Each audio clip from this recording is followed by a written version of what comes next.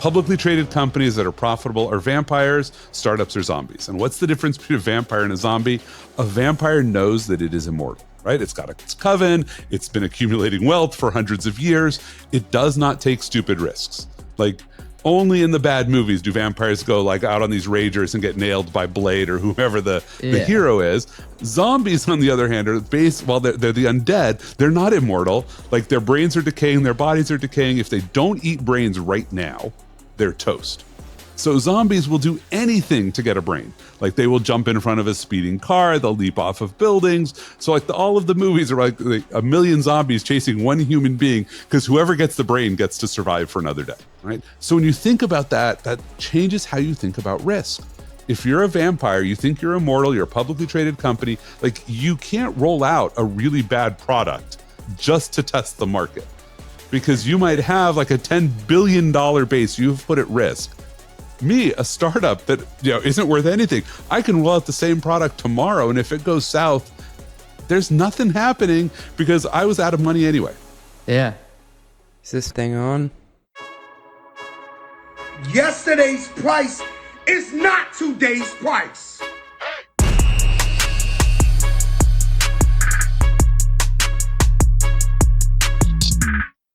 Welcome back to the Run the Numbers podcast. Today's guest is Andy Ellis, legendary chief security officer, longtime CISO at Akamai, accomplished cybersecurity investor, and well-known leadership coach. Andy is one of those rare people who can talk about quantifying risk, AI threats, and leadership culture, and still find a way to work in a killer Star Wars analogy about the Death Star. We're going to talk about how organizations measure risk and why the current spreadsheet math is often broken. I've tried to do that spreadsheet math with a CISO before. It didn't go well. We'll get into the difference between risk measurement and risk change, how CFOs and CISOs can work together instead of at cross purposes, and the questions a CFO should be asking before signing off on that next big security investment. On the leadership side, we'll cover lessons from Israel's elite unit 8200, what corporate culture often gets wrong about leadership, and why Andy says your job is not to love your team. It's to not dislike them. Plus, how that plays into parenting, the dangers of being too close to your coworkers, and what it's like to start a dream role with the assignment of laying off half your team. And of course, we'll tackle security in the age of AI, how it's changing the top risk vectors, whether hackers are outpacing the good guys and adopting AI, and how CFOs should think about a 3-year security roadmap in this new world. All this and much, much more after a short word from our sponsors. Morgan Stanley recently said NetSuite is under the threat of disruption. That's right, NetSuite, the you never get fired for buying it software. So what's the threat? The answer, Rillet. Rillet is the AI native ERP modern finance teams are switching to because it's faster, simpler, and 100% built for how teams operate today.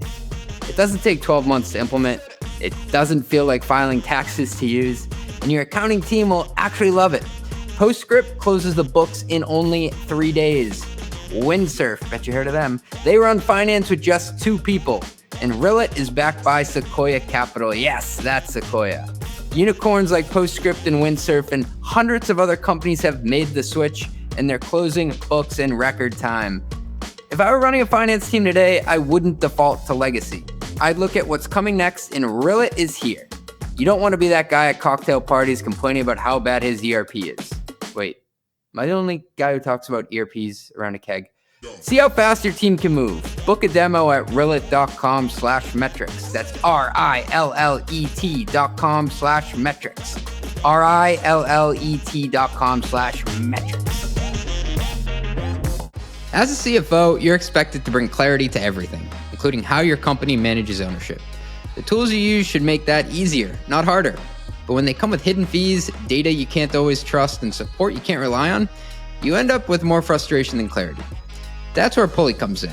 Pulley is the cap table management platform built for finance leaders who need accurate, decision-ready data from a system that works for your business, not against it.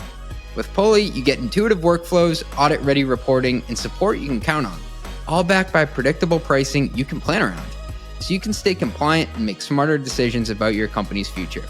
Manage everything from fundraise modeling to ASC 718 reporting to custom liquidity programs, all on one trusted platform. Hundreds of high-growth companies like Linear, Fathom, and Runway trust Pulley to help turn ownership into a strategic advantage. And joining them is now easier than ever. You can switch to Pulley in as little as 5 days. And for a limited time, they're offering 25% off your first year. To claim your exclusive offer, visit pulley.com/mostlymetrics. That is pulley.com/mostlymetrics. Pulley.com/mostlymetrics. Listen, being a CFO, it's not always that glamorous. Sometimes I find myself watering the plants and taking out the garbage in the office. And, the best CFOs I know they're true business leaders. They know how to drive growth in heroic fashion. Unfortunately, the status quo of finance makes that really hard because day to day, we're mostly up to our eyeballs in spreadsheets and receipts.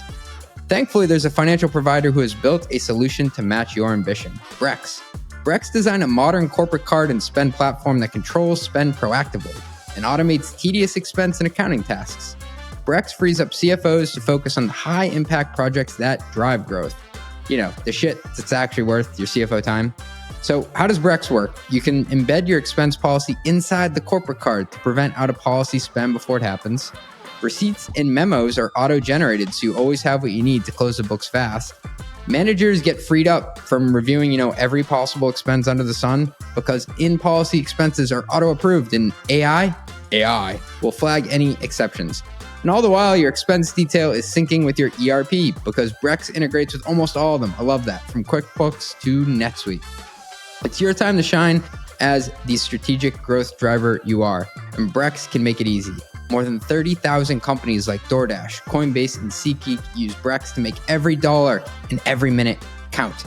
Join them at brex.com/metrics. That's brex.com/metrics. Andy, welcome to the podcast, sir. Thanks for having me.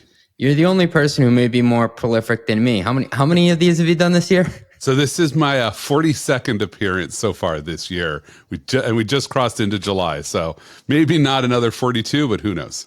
We're going to have to get you some cough drops to make sure you don't lose your voice on this. Hopefully it's the best one of the 42. We got a tall task to live up to today. Yeah. Well, I'm the host on a bunch of them, so I guess I'll recuse myself from voting. We'll link to your show in the description. Andy, I got an expert on risk on the podcast. I'm gonna come from the top ropes on this one. What's your definition of risk? So I have actually two different definitions of risk. One is my technical definition, one's my human friendly. My technical definition is it's the net present value of all the shit that's going to hit you in the future. That's it. Like a lot of people like to try to quantify it, but at the end of the day, it's your NPV of all of the bad outcomes for the future. And people try to quantify that in lots of ways, and I suspect we'll talk about that.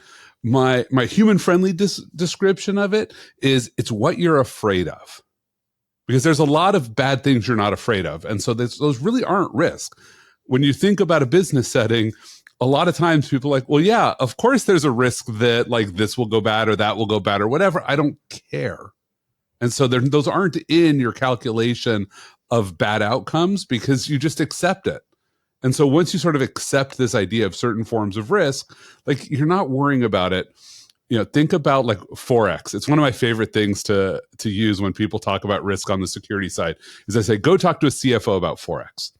Because like the tiny changes in Forex, which are measurable, like these are actual dollar consequences. I have never met a CFO who stresses realistically about that.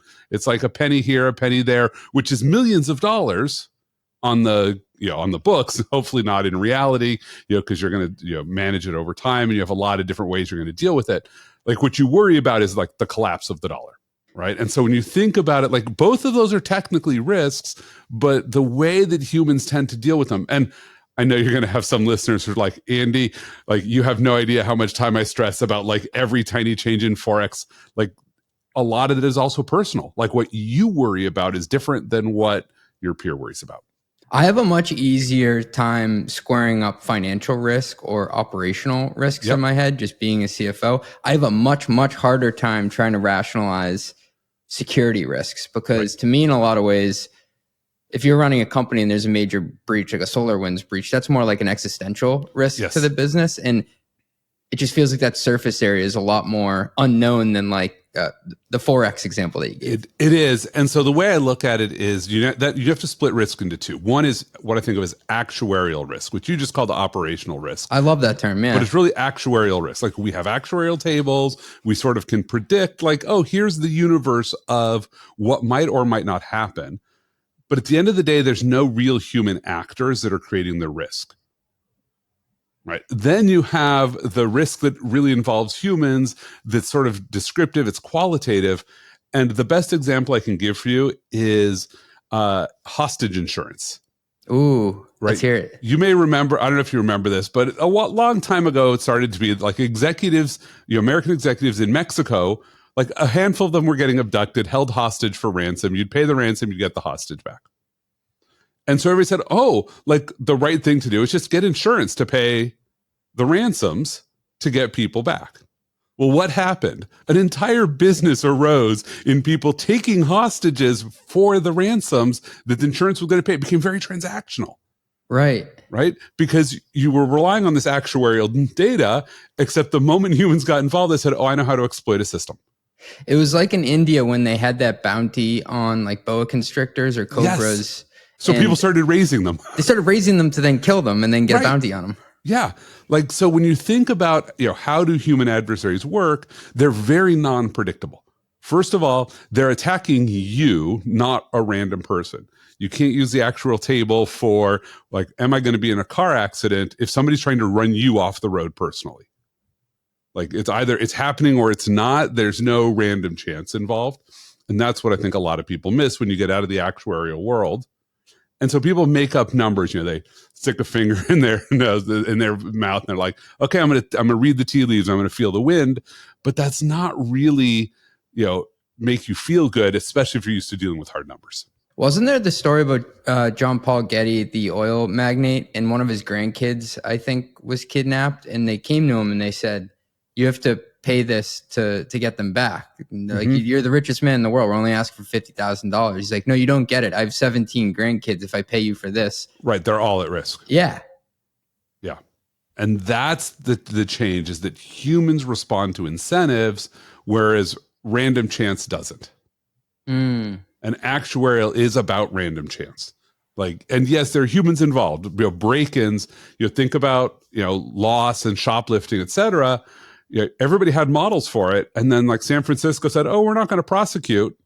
And what happened? Like the shoplifting went through the roof because humans changed on that incentive. Ransomware had the same problem. Everybody had ransomware insurance. Nobody ever collected on cyber insurance, right? It was deemed like, oh, if you collected, now you had to go public. It was embarrassing. So everybody sort of paid their own. And then there was the year in which everybody got hit with ransomware and people said, well, I'm paying for insurance. Let me go collect on it. And the next year, all the insurance companies were like, well, so much for that policy, because our actual data was based on nobody actually doing, taking a claim against this. Also, if you think about risks like the chance of getting hit by lightning or the chance of winning the lottery twice, people conflate like the probability with, like, they're independent events. They're not all related. Right. And I think people look at the actuarial view of risk and they're like, well, what are the chances of that happening to me? Again, or these two bad things happening? Like multiple bad things happen all the time in sequence. Right. And the challenge is that when you try to look in hindsight and say, well, what was the likelihood of this? Why did this happen? And honestly, in the cyber world, the amount of luck that is involved, that it's just, oh, adversary broke in but didn't notice that right next to where they were doing something. It's like, oh, they broke into the shopping mall and they walked into the junk store and didn't notice the diamond store right next to it, which you would laugh at, right? You're like, well, that's implausible. But in cyber, there's no maps. Like, you can't just glance up and know like where the value is. Wow. And certainly this has happened. I've been there with a breach. In fact, one of my favorite ones was Operation Aurora, which was in 2009 when 300 high-tech companies were breached by the Chinese. And Google's the one who found it. It says the rise of zero trust comes out of a couple of key executives saying, we can never let this happen again. And so Google built a system, we built a system, and our whole goal was, don't let ourselves be breached like this. And the system that was the ultimate breach where they ended up in ours was called Hyperion. You might be familiar with Hyperion. I used to use it. Right. A lot of people use Hyperion. And it turns out that like we were using Hyperion for the stupidest of all of its functions, which is like take your financial data and format it for your quarterly report and shove it out. But it's like serious financial planning software. Oh, yeah. If you use all the modules, like it ties into your source code, it does all of your R&D tax credits, it takes care of everything, and it will actually tell you what is the most profitable line of code you've ever written. Whoa. It actually has that ability if you tie it into everything and if you use it for running all of your engineering financials. So for us, like they broke into the jewelry store, but we were not putting any jewels there. Like literally Hyperion gets this upload like 3 days before the end of the quarter, everything comes out of it. Fine. So you get access 3 days early. Maybe they were playing the market. How many times does something like that happen where now we treated it like a major breach, but at the end of the day, the impact to us directly was pretty minor. In security, we deal with these weird, unique events. Can you humor me with the story from Star Wars about risk estimation in the Death Star? Yeah, I love this because people love to say, oh my God, you have this like exhaust port that can blow up the Death Star. Like this is clearly a failure of risk management. And I completely disagree. Like let's walk the story of what it takes to blow up the Death Star, right? Yes, there's an exhaust port, but to be able to make the shot, first of all, you cannot use a targeting computer. No targeting computer can make the shot. The only way to make the shot is to be the greatest force wielder in the galaxy, trust your instincts, and take the shot at the end of this like death trap where you have to also be the greatest pilot in the galaxy. Okay, so that's what we said. Like you gotta be greatest pilot, greatest force wielder, and you can make the shot. Well, who, to the best of everybody's knowledge, is the greatest pilot and greatest force wielder? Darth Vader, whose ship it is. Like the Death Star belongs to Vader. He's the guy defending it, and he is the best at this. So he's your insider who could blow it up. And what we didn't realize, it was bring your kid to work day, and his kid blows up the Death Star. Like that's a serious problem, but this is not really a failure of risk management. I mean, it's a failure of narrative. Like Lucas has a lot of other problems, but. Bring your kid to work day. That's amazing. Hey, thanks for listening. We'll be right back after a word from our sponsors. So if you listen to this podcast, you'll know that I am incredibly passionate about the FP&A space because that's the route I went to get to CFO. And I want to tell you about a tool that has exploded over the past few years. It's called Aleph. And I remember getting outbounded by them about 2.5 years ago, and I actually took the bait because they claimed to be able to do a demo with my live data, with me right there on the call. So I had to see it to believe it. And it was the founder running demos back then. Shout out Albert, hope you're listening. And he connected my NetSuite and built my P&L using their Excel add-in in like 15 minutes. And I was really impressed. Since then, Aleph has gone on to raise money from some of the top VCs out there, and they've built an impressive roster of customers. Many of their customers have been on the podcast, like the CFO at Turo, 8 Sleep, and Zapier. They're all really big champions and supporters of Aleph like me. But it's not just an Excel add-in. Aleph also allows finance teams to work with their live cross-system data using Google Sheets and their web app. And that's cool because it gives teams the option to support a wide range of needs and workflows like budgeting, forecasting, and variance analysis. And speaking of variance analysis, they're doing some really cool things with AI-powered variance analysis. It basically allows you to figure out what's going on and why, and it takes the time that you'd usually spend from hours to minutes. It's really cool. So I highly recommend checking them out and taking them up on that demo or trial, just like I did back in the day. And you can learn more and get started at getaleph.com/run. That is getaleph.com, aleph.com/run. Tell them CJ sent you. All right, I got to get up on my soapbox for a sec here. Everybody's talking about AI powered this and automated that. But here's the thing about revenue recognition. It's not just about moving data around. It's about getting it right, full stop. So RightRev is laser focused on one thing, RevRec that auditors actually trust. See, there's a difference between automating revenue processes and automating revenue recognition correctly. RightRev was actually built by the godfather of RevRec, who understands ASC 606 compliance, audit controls, data validation, and the flexibility needed for complex B2B contracts. We're not trying to be your billing system or your ERP. We're the revenue recognition engine that sits between your contracts and your financials, making sure every dollar is recognized correctly, on time, every time. Companies like Snowflake and Logic Monitor don't just need fast revenue reporting, they need revenue reporting that's audit ready from day one. And that's honestly where RightRev shines. And what I love about RightRev is they're not out there trying to be everything to everyone and just slap some, AI slop on top of it. While everyone is building these massive platforms that do everything in a kind of mediocre fashion, RightRev does one thing exceptionally well. They make sure your revenue recognition is bulletproof. Ready to stop gambling with your RevRec? Visit RightRev.com to see how we make complex revenue simple. That's RightRev.com, where revenue recognition actually works. Most finance leaders still see travel as a cost center, something to manage, reduce, or delay until the numbers look better. But the Navan Business Travel Index, validated by NASDAQ, empowered by millions of corporate transactions captured through Navan's platform on how organizations are meeting and investing in face-to-face connections to fuel growth, tells a different story. Companies that are growing are moving. Business travel activity is up double digits year over year. International hotel spend is rising faster than domestic. Rideshare use is surging as teams compress more high-value meetings into fewer days. This isn't about perks. It's about pipeline, deal velocity, and customer retention. The CFOs winning right now aren't slashing travel, they're optimizing it. They know exactly where every dollar is going and the ROI it's delivering. The Navan BTI helps you see how your program stacks up against the market each quarter and where you might be leaving revenue on the table. Get the data, spot the gaps, turn your travel spend into a competitive edge. Download the latest Navan Business Travel Index today at navan.com/BTI. That's navan.com/BTI, and lead with the numbers that actually drive growth. Does this relate to business in any way? Because I think a lot of times in the news when a breach or something happens, we're like, how stupid can you be? Right. But like if you dug in behind the scenes, it's like almost every time, I'll be honest, like I see these stories of breaches and you get two different things. One is a lot of them are in fact something that looks stupid in hindsight. You're like, how could you possibly do this?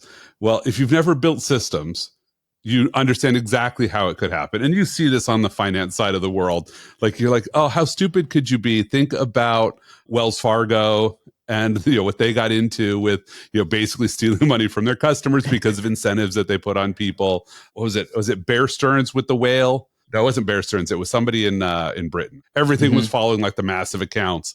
And there's so many of these places where we look at it and we say, oh, because of like what you put in Basel III, that in hindsight we can tell was a bad idea. And there were probably some voices telling you it was a bad idea up front. But there's only so many things we can do. And so at some point you're like, oh, we should have done more. We should have been more clever here. The CrowdStrike outage, like the day the CrowdStrike issue happened, I'm like, oh, I know exactly what they did wrong because we did it wrong too. Everybody who builds planetary scale systems gets dynamic configuration wrong. It is such a hard problem, but you can very simply define it, which is you have to have a way to reject dynamic updates. If you do not build a system that can reject bad updates, then at some point a bad update will take out your system. Like that's a simple thing to say. And if your system is planetary scale, it's all over the globe, then at some point you're going to blow up the whole system. And a lot of people will have a bad day. Like Akamai did it, Cloudflare did it, CrowdStrike's done it. Almost everybody has had that failure in one fashion or another, after which people build resilient defenses. But those defenses are actually really expensive to get right. And Andy, it feels like the way that we try to quantify risk is broken. Yep. Do we measure risk wrong by trying to get it or force it into dollar terms? Absolutely. And there's an entire risk quantification movement on the cyber side. And the one thing that I would love for every CFO to do is when a security person walks in with a dollar number to tell them just stop. Like they spend way too much time and energy trying to get it into a dollar number. And it's not even credible. There's a system called FAIR, which is the factor analysis of information risk, that basically structures it like a Fermi problem, which is you put in a bunch of variables, you guess at the numbers, or you get, even with high confidence, multiply them together, and the number on the output is directionally accurate. And so I've got like 15 risks, and one of them's a $40 million risk, and one of them's a $5 million risk. Even if those numbers aren't accurate, it tells me I should work on the $40 million risk before I work on the $5 million risk, assuming they have equal cost to solve. The problem is when I take that number out and I walk over to a CFO and I say, hey, I need to invest in this. This is a $40 million risk. I'm going to go take $5 million to go solve it. The CFO is like, time out. Where are you getting that $5 million from? And assuming I give it to you, Does this mean that I can put you on the hook for the company being $40 million more profitable, or 35 million, because you're going to take 5? So I expect, like, that would be amazing, 8x return on investment. I don't know a CFO who wouldn't jump at that. But the reality is you're never going to see that 40 million because it's weird math to get to it. It's, the probability of an incident. We don't really measure our incident rates over time correctly. So who knows if that will ever show back up. And next year when the person comes in and says, hey, I've got a $60 million risk, I need $8 million, the CFO should look at them and say, I gave you 5 million last year and I didn't see 35 million hit my bottom line. Like, stop trying to quantify risk. I like to use what I call the pyramid of pain. Because the reality is risk is not all shaped the same. Like, the risk of shoplifting is a very different conversation than the risk of regulatory capture from one of your competitors putting you out of business. Like, you should never talk about these two in the same breath, unless you're saying never talk about these two in the same breath. So you should talk about them based on the appropriate level. And so in the pyramid of pain, you basically just say, look, what's the bad outcome? We talk about scenarios and say, just, you have an incident score. And I assume every company has some incident management program that has severity levels. Like, severity 1 is the worst you talk about. In a severity 1 incident, some executive's in charge and they can do whatever they want. Like, fix the problem because, like, we're burning down right now. And after the fact, some severity 1s we recategorize as disasters. We say, we will not be the same company after that incident. So we're going to change what we were doing. This wasn't just a bad day. We should never do this. Severity 2's pretty bad. You've got some customers who are really unhappy. You really want to marshal your resources, but you can't create more severity 1 incidents, right? These are not like customer base wide. You're not destroying your whole market. It's just very significant for customers. Sev 3, like, hey, you've got managers and directors that care about it, but VPs probably don't even notice it. And Sev 4 is the thing only engineers care about. Like, so high level, got 4 severities of incidents plus disaster at the top. Like, that's the only level at which you care when you talk about bad outcomes. Like, within Sev 1, we shouldn't try to negotiate in advance, like, oh, this is a worse Sev 1 than that one. No. We gave a senior vice president the platinum card and said, go fix the problem. We don't really care whether what we did was shut down all of our customers or merely 90% degraded them. Like, this is not worth negotiating over. And then when we talk about the scenario that causes it, we should just talk about how surprised we would be if it happens. Don't worry about probability, because probability numbers are just not believable. And so I have 5 surprise levels that I talk about. My first one is what I call repeating. It's actually just happening right now. Or it has happened multiple times in the past, so deal with it. Like, a repeating disaster, we kind of don't need to prioritize those. Like, at that moment, I don't have to tell you how bad this is, because, like, the CEO won't stop calling other people, telling them to fix it right now. We have what I like to call expected, but no lawyers like that phrase, because then you sort of have to disclose to the regulators that, well, we have an expected severity 1. So I still go plausible. Like, nobody in the company would be surprised if this happens. And there's every company I've ever worked for or talked to, there's a handful of risks that they're like, oh, I've got a scenario that we cannot figure out why our competitor hasn't figured this out, or one of our customers, or some third party. But hey, we're just happy nobody's exploiting this and giving us a really bad day. I like to think of it, they're like, the TSA is great. There's a handful of them and I don't want to publicly disclose them. But next time you're like going through security, like, just look and say, how all the different ways people could totally exploit security. And they don't, but these are plausible risks. And then you get into the ones that surprise people. And I divide the world into 3 categories of people: the naive or the gullible, the normal, and the paranoid. And so if only the naive people are surprised, our product managers, the people that we pay to be optimistic, our sales reps who are like, oh yeah, I'm going to blow out my quota, or at least the CRO and RevOps team who are always wrong on the high side. You're like, okay, great. If you're the only people who would be surprised, that's a mildly surprising event. Then if the most of the company is surprised, and then if my security people are surprised, like, those are my 5 levels, my surprise levels. Now I just like map my incident and say, who would be surprised? What would be the bad incident? And just, that's my whole system. Like, is it a tier 0, tier 1, tier 2? And you just don't compare across tiers. If I've got a tier 2 risk, which is either a repeating Sev 2 incident, plausible Sev 1 incident, or mildly surprising disaster, I just say, okay, that's tier 2. C-level executives care about those. That's what we prioritize, is all the tier 2 risks. We don't talk about tier 3 risks because that's what we have vice presidents for. Tier 4 risks, that's what we have managers and directors for. That's all you need to do at the executive level to talk about risk. If your CISO is talking about stuff under tier 2, not interesting. You should basically take them aside and say, look, those are great conversations. Have them with your peers.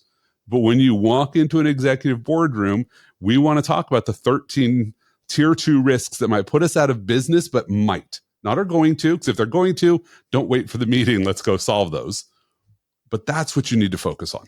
So now that we have that great context on how to communicate what risk looks like in different shapes, can we talk about how to purchase tools within your company to guard against that? So like CFOs and CISOs, how do they traditionally think about buying security products, and how should they think about it? So I think that the CISOs, in many cases, we do see better professionalism now than we did 10 years ago. They don't actually know how to buy and negotiate tools.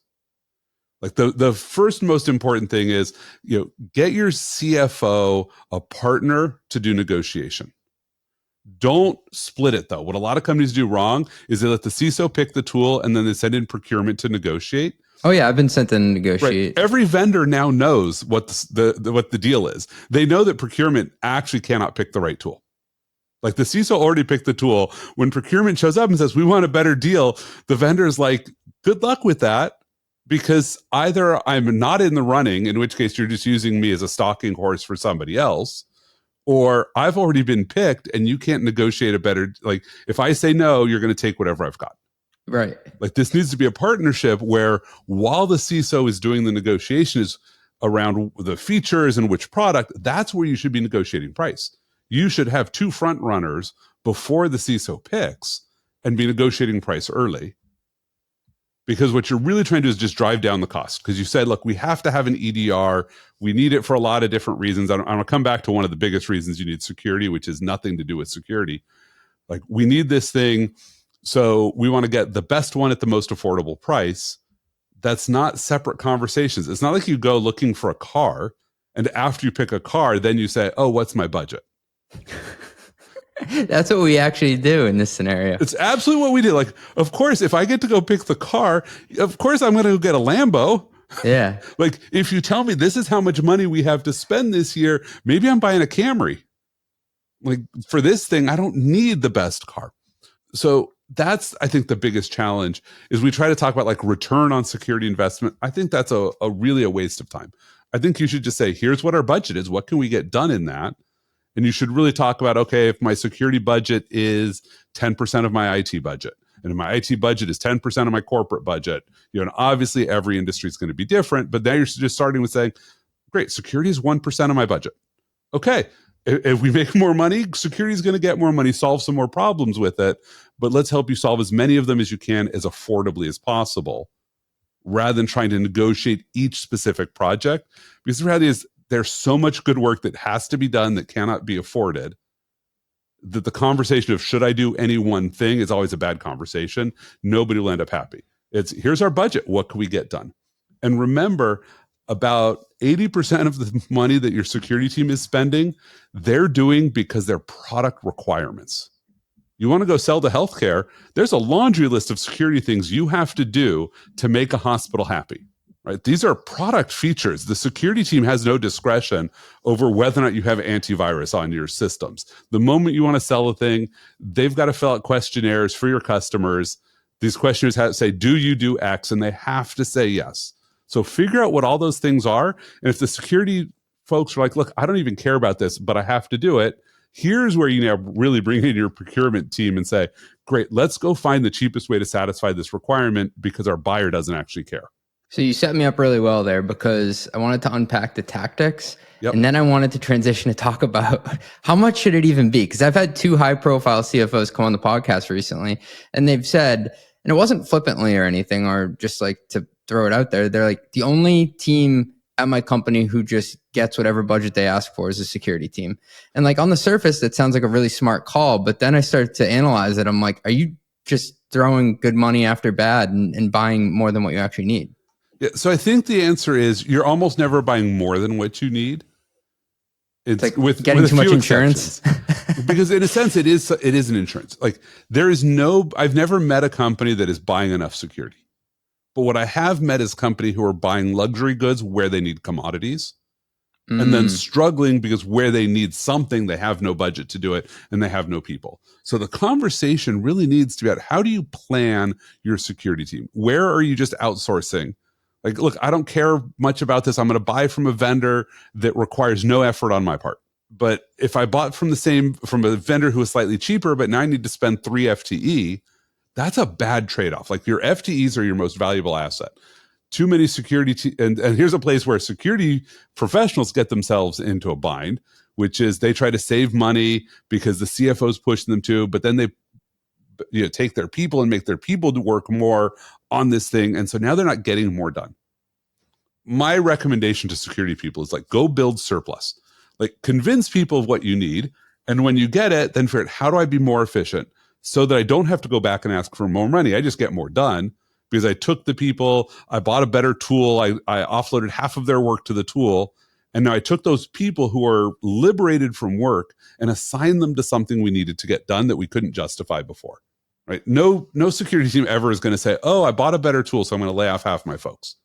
Right? But I'm going to get more done because I have smart people who are now not just dealing with stupid work because I have a better tool. And that's the place you really want to be in, is where you're sort of churning into new activities. And after a while, you're like, oh, let me buy a tool that now that I understand that problem, I'll buy the next tool and then I'll move my people to a different problem.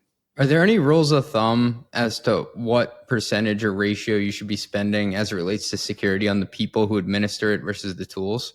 So there are some rules of thumb, and I found that they all are so easily violated that I sort of hate putting them out there. Okay. Because the challenge is there are some people who just want to administer tools. What you often have to look at is, am I buying a tool because of the person that I have, or am I buying a tool because it's the right thing? Oh, that's hot. Okay. Right. You might have a person that they just love like looking at what's going on and they're going to have a lot of fun playing in the system. And so they're going to buy a tool that isn't automated because they get to be part of it. And then you have the people who are like, I hate working in these systems. I'm going to buy the tool that's lights out. Now, there are almost no lights out security systems. We would love for that to be the case. But so the question is, how do you buy the tools that are integrated into what you've got so that you can get closer to having, a small set of tools with a wide remit? That's a helpful nuance because oftentimes us as CFOs, we like to rely on our ratios. Like, oh, at this stage of a company, you should be spending, 2/3 of your sales and marketing spent on sales and 1/3 on marketing. And then within that marketing, that 1/3 on marketing, 2/3 should be on programs, and then 1/3 should be on people. But it doesn't sound like there's just like a ratio that you can rip off and be like, use this for security. There really isn't. Like I've seen like the 1% of your FTEs should be security is a reasonable ballpark. I think it at different scales and sizes, it's not quite the right number, but it gets you started. What I always love to do was say, if I had one more FTE, right, fully loaded, 250K, like high caliber person, would it be better off in my team or in somebody else's team? Okay. Like force people to just have that conversation and say, well, if I could get another sales rep or another security engineer, what's the right trade-off? Like what's going to make us feel comfortable? These are going to be hard conversations, and you shouldn't necessarily just take the output of that conversation and execute on it, but it gives you some ways to start comparing apples to oranges. Like, would I rather have another financial planner or another security person, another HR person, another IT? Like there are so many different roles. Yeah. And at some point you say, oh, and even just making the executives responsible for those functions have that conversation lets people now understand, like, what is the value of FP&A? Like, I know a lot of people in the rest of the business who have no clue. They're like, FP&A, like these people don't really do anything. Like, as near as we can tell, they do ZBB at the end of the year. We're like, oh, our butts in seats accounting. Then they make up some numbers and toss it out there. And I always hate it. Like, God, they make my life hell. Like, that's sort of the reputation of FP&A in most of the business. because most people have never sat on that side. They've never sat down and talked to anybody. They don't even know who FP&A is. Like they know who their finance business partner is, and their finance business partner just refers to FP&A as the problem. Like, oh, here's your budget that FP&A did. Why does nobody talk to them? Maybe we need more people to have better analysis. Maybe we need fewer, but that's not a conversation. We should have that conversation so that security understands what everybody in the CFO org is doing, and so that everybody in the CFO org knows what folks in security are doing. If you are an FP&A and you're looking to broker the budget with your CISO, what type of questions should you ask them? So I think you should look at, like, what does the lifespan look like for their tools? Like, okay, you're buying this tool. Like, is this, you're buying an early tool, like you're paying a premium because you need something great. When does this become a commodity? How will we know when we can, get a better deal? If we buy a 3-year, are we going to get a better deal than buying the 1 year? There's a thing you should all pay attention to. Every security vendor has now figured out the 6-month free or the 3-month free option, which is somebody comes in, they're going to sign a 12-month contract. They're like, but I have to satisfy my finance team. I need to like bring your number down by like 20%. And the team says, here's what we'll do. We'll give you 15 months for the price of 12. The first 3 months are free. So it did not bring the run rate down on the spend. Right? And every CISO falls trick for this one. Yeah. Right? And they're like, oh, that's awesome. I'll make you happy. I got 15 months for the price of 12. That's like 25%? No, 20% discount. Yeah. You're happy. I met your 20% number. Except now their run rate is right where you didn't want it. Uh-huh. Right. And so I have a lot of vendors who might listen to me like, damn it, Andy, stop giving away the deal.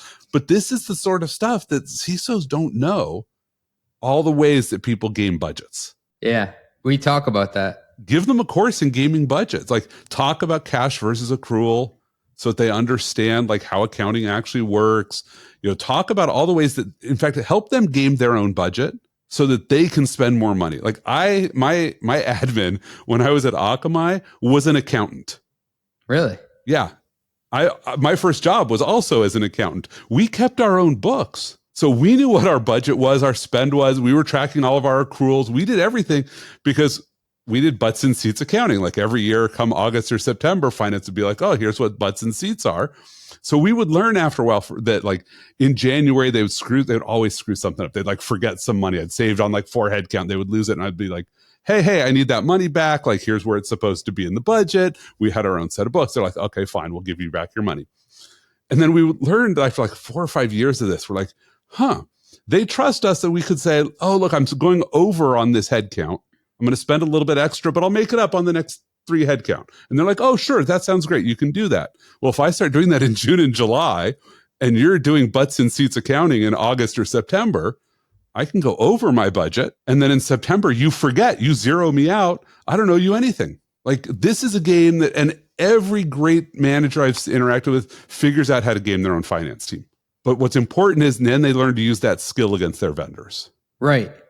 Right. So teach them, because honestly, the gaming they're doing is so petty. Like, I'm getting an extra, $30,000 into my budget for headcount. Like, that is nothing in the grand scheme of things. But I get to tell this great story about how like I gamed the system.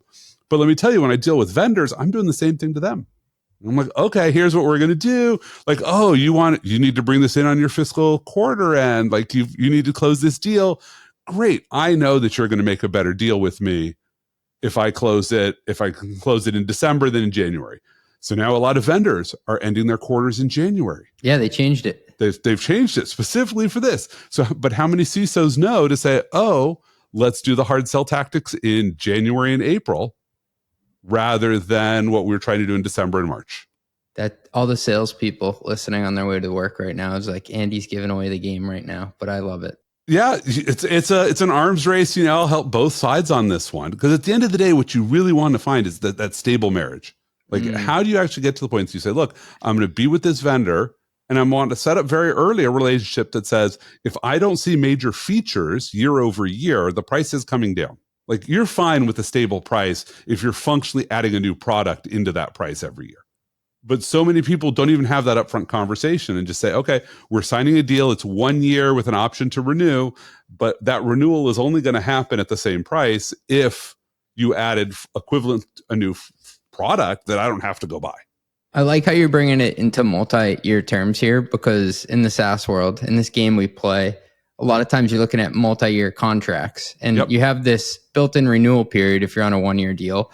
And so if I'm a CFO, Andy, and I'm trying to plan a 3-year security roadmap, how would AI uncertainty factor into my decision-making today? Oh, it's going to be huge, because we don't yet understand which markets will be disrupted by AI and which ones won't. And just to be clear, when we're talking about AI, there's 3 different pieces of AI, and we're only talking about one of them, right? There's an AI we've had for a very long time. Often, people think about like machine learning, neural networks.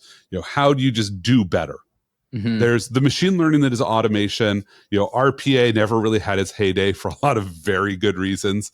And we're getting a little bit better at that. But the thing that people really are excited about is this generative content idea, that you can take an LLM and ask it questions. And it will disrupt some industries and it won't disrupt other industries. But we don't know which ones. So in a sense, you're sort of guessing. And I've heard from some CISOs who've been told by their CFO, all of your vendors must have an AI strategy or you can't sign deals. Including security. And I actually think that's a little bit overly strong, but directionally accurate. I think that I would twist that question a little bit and say, all of your vendors need to have an AI strategy or a defensible reason why they're not going to be disrupted by AI that you, the purchaser, believe and that you're willing to defend, right? If you can come in and say, hey, here's why this is not an AI-based industry, or here's how they're using it, in the little things, and I believe this, great, then you should go ahead and trust in that one, but maybe say, hey, let's not sign a 3-year deal if we don't really trust their story. But if we do, okay.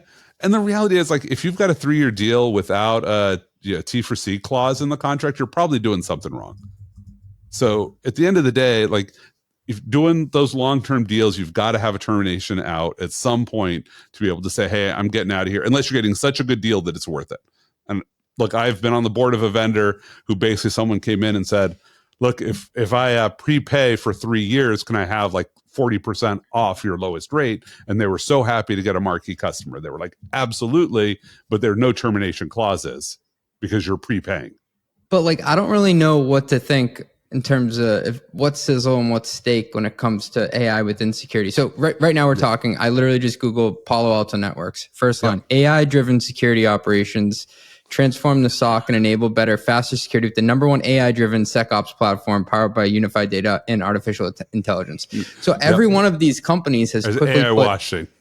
They're AI washing, and I don't know what to think. I don't know what to ask my CISO when it comes to this if nobody knows. Right. So here's the way you look at it, which is, in fact, I'm going to use our podcast prep as an example for this one, because you sent me a great set of questions. I answered all the questions. And then I went to an LLM and I said, hey, I'm CJ. I've got Andy Ellis coming on my podcast. It's for CFOs and financial planners and analysts. Here's 5 different websites he's affiliated with. Give me topics. Right? Did a bunch of research, but it's not going to replace this podcast. Right. I think it made our questions better. And I don't even think we're going to get all the way through the entire script that we had. So it improved the quality. I don't know that it actually saved either of us any time. I think I spent slightly more time, and I'm going to suspect you did as well. Because I went down the rabbit hole of what you sent me. I actually liked it. I was looking at your questions in the whole rundown, and I'm like, man, I remember that quote on a podcast, and you're bringing it up. You spent a lot of time. I spent more time because the AI gave it to me, so I actually didn't save time. Right. And so when you think about what is the biggest challenge of security operations, is we find a lot of problems. And the AI-powered security ops is great in that it provides context on that problem. When an analyst gets an alert, it tells them more information. But at the end of the day, there's only 3 things that happen with alerts. We either say, this is okay, do nothing. We say, oh my God, this is bad, blow up the whole business and solve the problem. Or we say, hey, this is a fix, we got to drive through the system.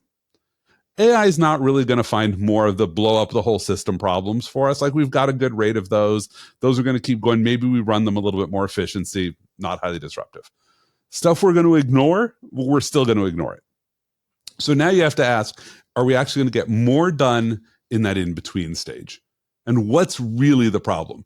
The real problem is your security team is responsible, and I'm putting that in air quotes, for a lot of problems that they have no control over. Ooh, say more about that. Patch management, vulnerability management, the thing everybody knows the CISO for, right? They come in and they tell you, we have 10,000 vulnerabilities that are unpatched. I'm sure every CFO has seen that chart. It's like, it's an up and to the right chart. That's Just not a good one. Just the cumulative chart. I hate cumulative those. Charts. So you know the exact. What am I going to do with this? I do a talk about how awful that chart is. Never use that chart because it's in like every CISO's all-time bug fixes. That's the worst one. Yeah, that one. Like, what Stars do you in the sky. I don't know. What's going on? But here's the funny thing about it is, are CISOs responsible for software? No. So why are they the ones responsible for fixing software? You literally, they don't fix it. The people who fix it are in engineering. They're the ones who should be reporting on this and saying, oh, we chose software that has a high rate of third-party vulnerabilities. Here's what we are doing to like maintain our software. That's what you would expect if you had a fleet of cars. Imagine if you had a fleet of cars. You've got a bunch of mechanics who take care of the cars so that your sales rep can go drive them. I know, a 50-year-old business model, but let's just be in that world for a moment. Would you have a security team whose job was to like track recalls that is not part of the auto mechanics team? Absolutely not. You'd be like, auto mechanic end to end, make sure every car is taken care of. You are not allowed, you make sure the oil gets changed. Like, you do all of this stuff. Why do we have the security team tracking what is the equivalent of oil changes? Like, that's the core problem. So you have a SOC that says, oh, we have vulnerable systems that need to be fixed. They can't fix them. They have to go ask somebody else to fix them. And when somebody else doesn't, what happens? Oh, we add one more data point to this chart that everybody makes fun of when the CISO shows it. We're going to tie this into leadership, but it says something more so just about org design in companies in general. Yeah, the CISO is only half of a C-level position. The other half was the CIO. And this one, I'm going to throw CFOs under the bus. Oh, go for it. So when the CIO became a C-level executive, they basically went through the same thing CMOs are going through right now. Everybody sort of looked at them and said, what do you actually do for the company? How do we measure your success? Yeah. The difference is the CIOs spend a lot of money on technology. A ton of money. But that was really easy for CFOs to look at and say, great, we know how to measure you on reduction of spend. So it becomes about cost avoidance, not... Right, it's cost avoidance, not about innovation. And so CIOs basically became the living personification of the 80-20 rule. I will focus on 80% of my costs, which is 20% of the work I ought to be doing. And so they left behind innovation. So engineering took that over, but they left behind security. And so CISOs just came out of being the technically savvy person who cared about security and had enough executive presence that people would trust them. They're the flip side of the CIO. My prediction is that these two jobs are going to collapse back together, mostly because CIOs in most businesses don't actually have any technology to administer anymore. It's all SaaS. So a good procurement officer plus your CISO basically is what a CIO is. So for any mid-scale business, you should be looking at merging your CISO and your CIO back together. And where should they report within the org? So that's the hardest question, is because the reality is neither one is truly a C-level executive. But if you want them to be a C-level executive, the answer is very easy. They report to the CEO. In my opinion, and I think the proliferation of C-level executives that do not report to the CEO is a catastrophe in modern business. It's kind of a weird thing, right? It's crazy. Literally, that's what CXO means, is you are the head of this function. There's nobody above you. You should report to the CEO. Now, you might do the very lightweight, like you have a president or COO who runs all of G&A. And so all the CXO G&A report to them. But when I say report to, here's what matters. There's a weekly staff meeting that your CEO is in which strategic decisions are being made. Your CISO needs to be in that meeting. And the reason they need to be in that meeting is because they can't be chasing your bad decisions around. Even if it's only 3 or 4 a year, what comes out of that meeting is actually already set in stone 99% of the time. And if you didn't have the voice that says, hey, if we do this, here's the bad outcome. Like, you have the head of HR in that room to just say, oh, you can't run a layoff that way.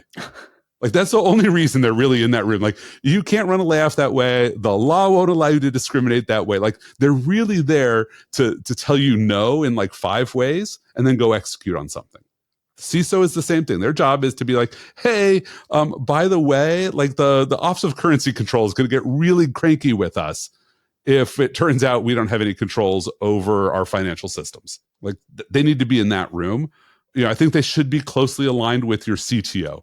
So definitely, if you're not going to put them under the CEO, if you have an operational CTO, not a person who's often thinks great thoughts but doesn't run the business, like that's where they should be.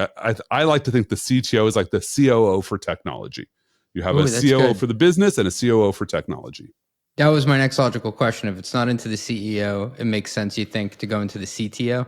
Generally, yes, because 90% of what they're going to do where they need to be really tightly aligned is going to be with technology teams. And the non-technology teams, like they do need to work with finance, with HR around securing in those areas. That can be done through influence and doesn't have to be in the same organization.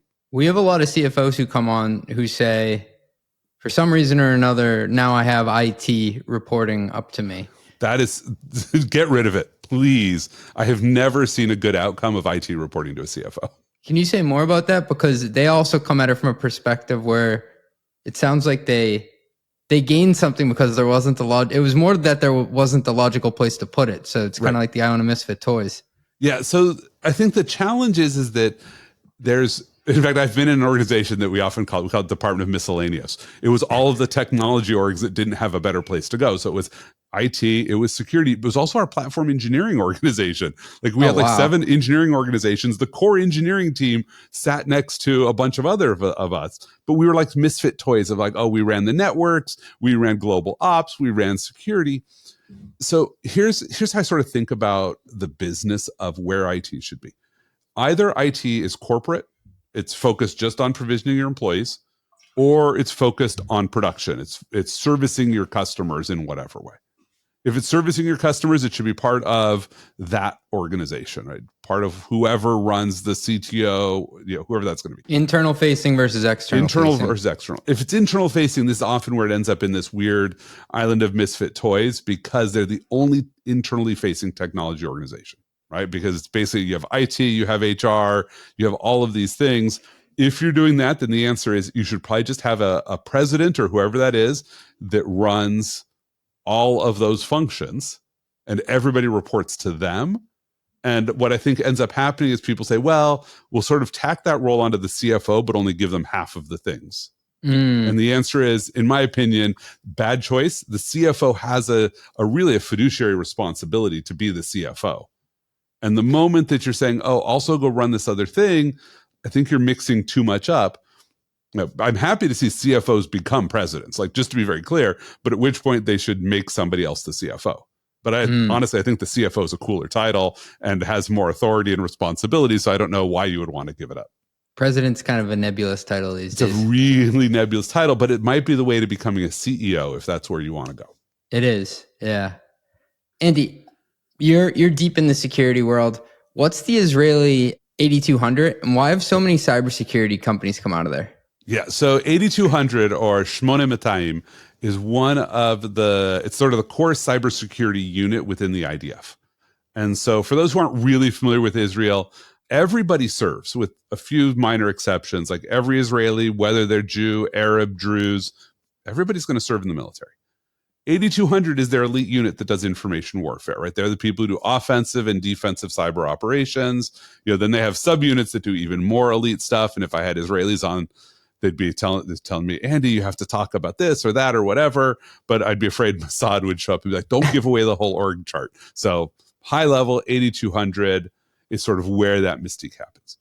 So what happens is you get these kids who basically get out of high school. They've been groomed in some sense. Like the IDF has figured out, well, if we're taking kids out of high school, we should make high school be a feeder program to the military. So a lot of their education is, oh, we're going to get you learning computer science and everything. So you get almost the equivalent of a bachelor's degree coming out of high school, just narrowly focused. Wow. And then you walk into 8200, you're going to go do different things, and they'll say, oh, look, well, you get to create a new group. It's doing something similar to what a different group did, but we want you to have the experience of standing up a group, of staffing people, so that then when you leave, you have a network of people you can call on and say, hey, I'm going to go do this.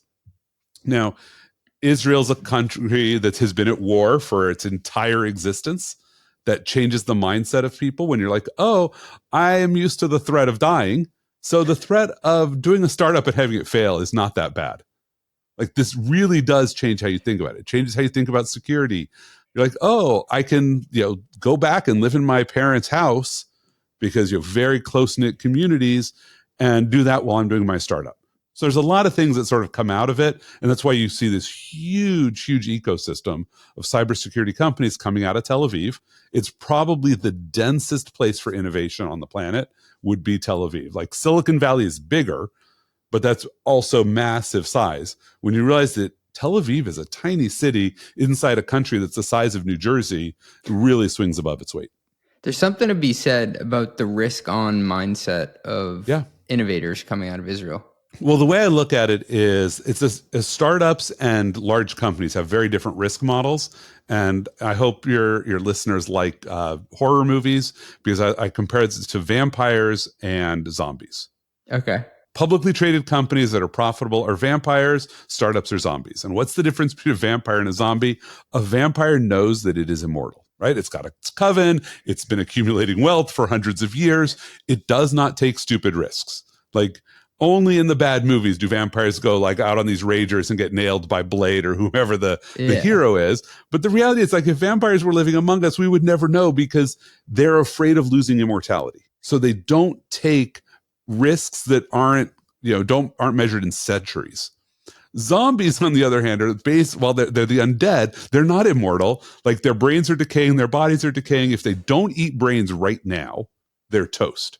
So zombies will do anything to get a brain. Like, they will jump in front of a speeding car. They'll leap off of buildings. So like all of the movies are like a million zombies chasing one human being because whoever gets the brain gets to survive for another day, right? So when you think about that, that changes how you think about risk.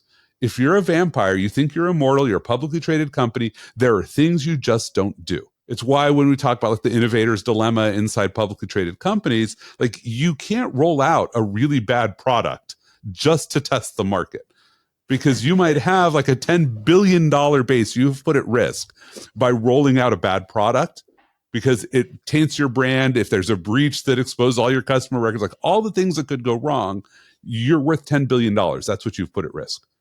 Me, a startup that isn't worth anything, I can roll out the same product tomorrow, and if it goes south, there's nothing happening because I was out of money anyway. Yeah.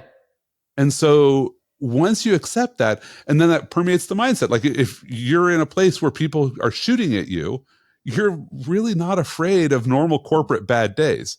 I once had an army translator, intelligence analyst, who'd been in Iraq, who worked for me. He ran my security operations team, incident management. And one day I walk in, we were having such a bad day, I got to tell you. And he was the guy whose job was to call customers and talk them down. Now, you've probably had to talk customers down for various bad days. It's not a pleasant experience, right?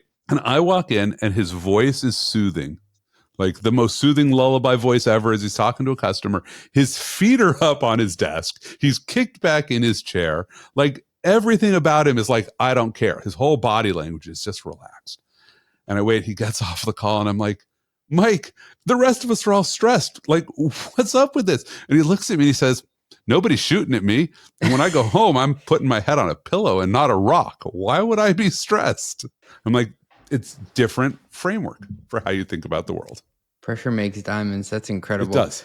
Andy, we're not going to get to the litany of leadership questions that I outlined here. So we're going to have you back on the pod at some point. This has been an excellent crash course in security, how to think about risk.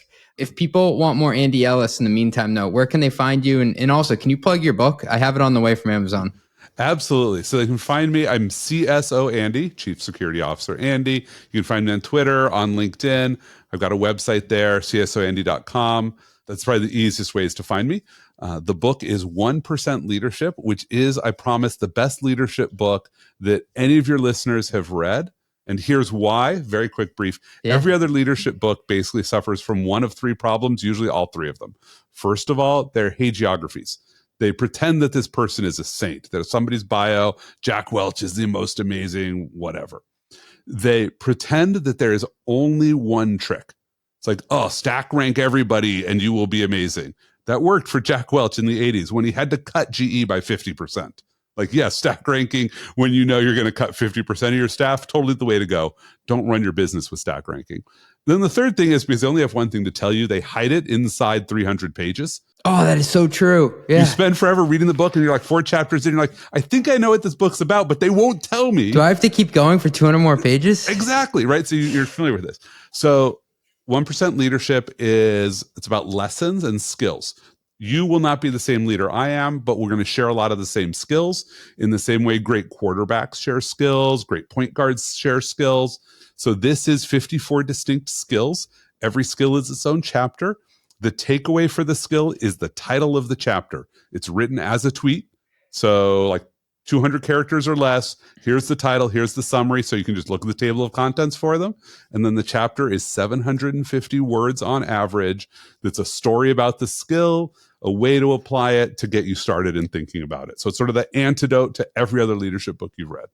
It is funny that we tried to bombard people with leadership tactics. Like once they get there, it's like, wouldn't it have been more useful if we kind of gave it to them earlier? Absolutely. And the first 18 chapters are about personal leadership. Like this is just how you need to lead yourself. Here are the skills you need to apply. So my recommendation, I would love if your listeners would get the book. If they like it, buy it for your whole team. Like let them read it because it's shared cultural language. So you're all talking the same thing. And I'm always available to come in and do workshops and keynotes. And we're huge on tactics. So we're definitely going to steal some more time from you in the future and Awesome. go through some of it. I'd love to. Cool. Thanks for joining me, Andy. Thanks for having me. Run the Numbers is a mostly LLC production. Yelling an intro by Fat Joe. Artwork by some AI thingamajig. Podcast and video editing is done by Cleancast at cleancast.io. Nothing said on this podcast is intended to be business or investment advice. It's the sole opinion of me, a guy who feeds his dog too much ice cream and has a history of net operating losses, LOL. If you like this podcast, please hit subscribe. It would mean a lot to me. And also check out mostlymetrics.com. That's my newsletter where I explore business models and financial metrics. Thanks for riding with me. Share this with your friends. Peace.